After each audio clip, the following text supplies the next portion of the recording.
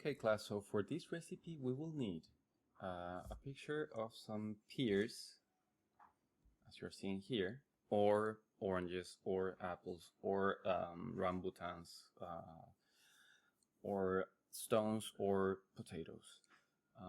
This one, I had one with an open pear just because I'm gonna do something special. Then we need the blender thing. And in the blender thing, we're going to press add, mesh, cube, if you didn't already start with a cube. And then we're going to the modifier, and we'll try to make this look like a pear. So you could just like do some subdivisions like this and apply them by clicking Control A or Command A, and then going into sculpt mode. For instance, there are many ways. Clicking on the grab tool there, press F to change the size. Just like grabbing it until it sort of resembles a pear.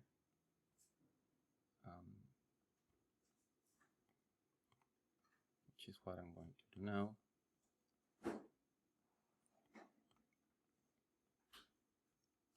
I like pears. It's my favorite fruit. But anyway, this sort of resembles a pear. Of course, it would have been easier if we have an orange. Or one of those other circular fruits. But here we have the pear. Yes, you have to see a pear there. We go back into layout mode. We have the pear there. And now we're going to check materials. Press new. Name it pear. Also, this is not a cube anymore. It's a pear. Okay? It's a pear. And we are into materials here. And now we go into the shading editor. So in shading editor, we have the pear, but it doesn't look like a pear because it doesn't have a pear color. So we just go here in the image that we have. I drop the image here. And I will make this larger now. And I will just drag color to color. And now it looks like a bundle of pears. I'm going to right click and smooth it. And here comes the other tab, which is UV editing.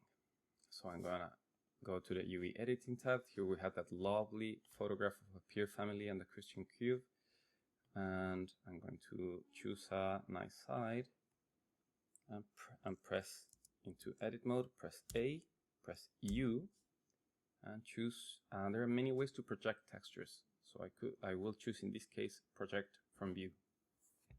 And as you can see, now we have, I can just drag and select, we have a pear there that we can make about the size of an image of a pear that we have there. But yeah, I don't see anything yet because you have to press Z or Z and choose material preview.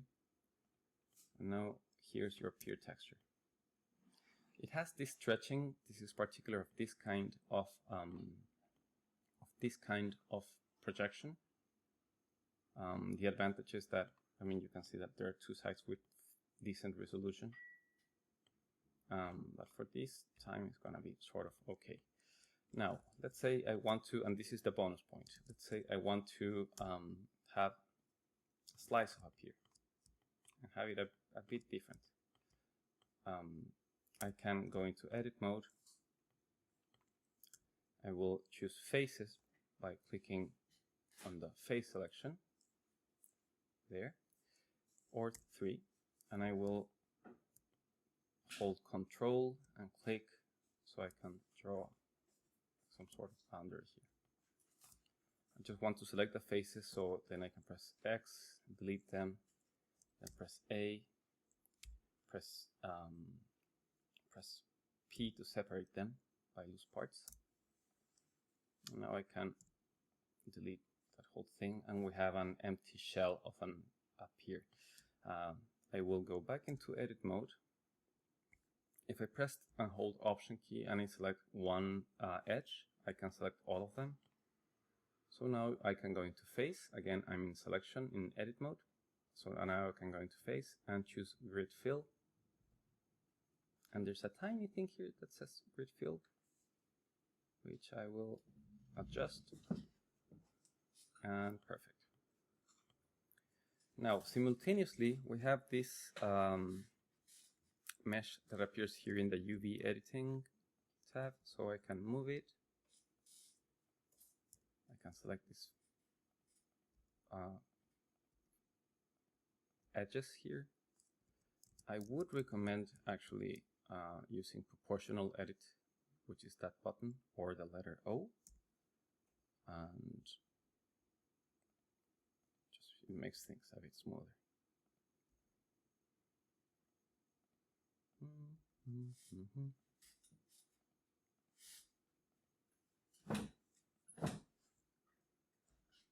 I will use the scroll wheel to take the proportional edit, put it down.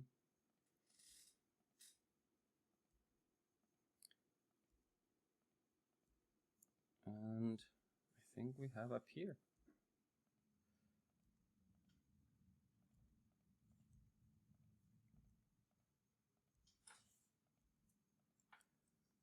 So now we have a pear that is sliced and a pear that is open.